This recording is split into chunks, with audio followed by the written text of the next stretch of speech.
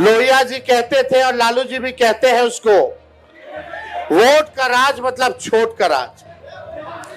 और ये भाजपा के लोग, एनडीए के लोग मिल करके आप लोगों का अधिकारी नहीं बल्कि आप लोगों के अस्तित्व को मिटाना चाहते हैं।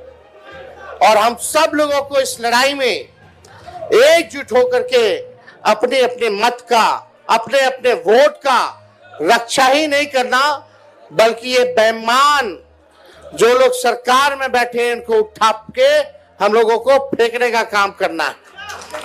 सत्ता पलट करना है कि नहीं करना है?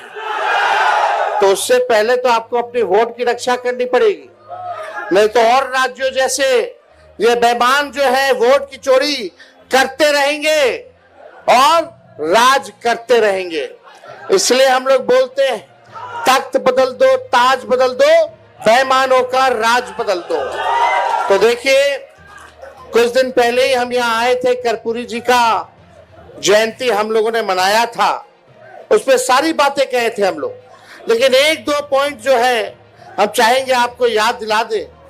हम लोगों की कर्पूरी जी ने सबसे पहली बार जो है आरक्षण दिया, उसके बाद लालू जी की सरकार बनी, लालू जी ने सामाजिक न्याय कर्पूरी जी के काम को जो है आगे बढ़ाकर आरक्षण बढ़ाया।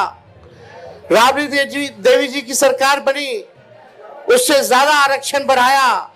और जब हम लोगों की 17 महीने की महागठबंधन की सरकार बनी तो सबसे ज्यादा आरक्षण हम लोगों ने दिया और 65% आरक्षण हम लोगों ने बढ़ाया, टोटल 75% EWS को मिला करके। हम लोग जानते थे ये भाजपा वाले आरक्षण चोर हैं, आरक्षण चोर, वोट चोर तो है ही, ये लोग आरक्षण चोर भी है। सरकार चाचा जी पलट गए हमारे, हाईजैक हो गए उधर, अब उनसे बिहार संभालने वाला नहीं है। अब दिल्ली से मोदी जी, अमित शाह जी सरकार चला रहे हैं, लेकिन इस उम्र में हमको उनकी फिक्र होती है। लेकिन एक बात तय है कि अब वो बिहार चलाने योग्य अब नहीं रह गए। रह गए क्या? तो आप लोग समझो कौन चला रहा है सरकार? भाजपा, आरएसएस। अब आप लोगों को तय करना है कि नेहरू जी, बीपी मंडल जी, कर्पूरी जी, अंबेडकर जी की धारा एक तरफ है और दूसरी धारा गोवलकर और गोडसे की है। आप लोग कौन से धारा को चुनने का काम कीजिएगा? कैसी सरकार चाहिए ये आप लोगों को तय करना है। ये भाजपा वाले लोग आरक्षण चोर, हम लोगों ने जो आरक्षण बढ़ाया था इसको खत्म कर दिया। हम लोग कहते रह गए चीख चीख के, अनुसूची 9 में डालिए।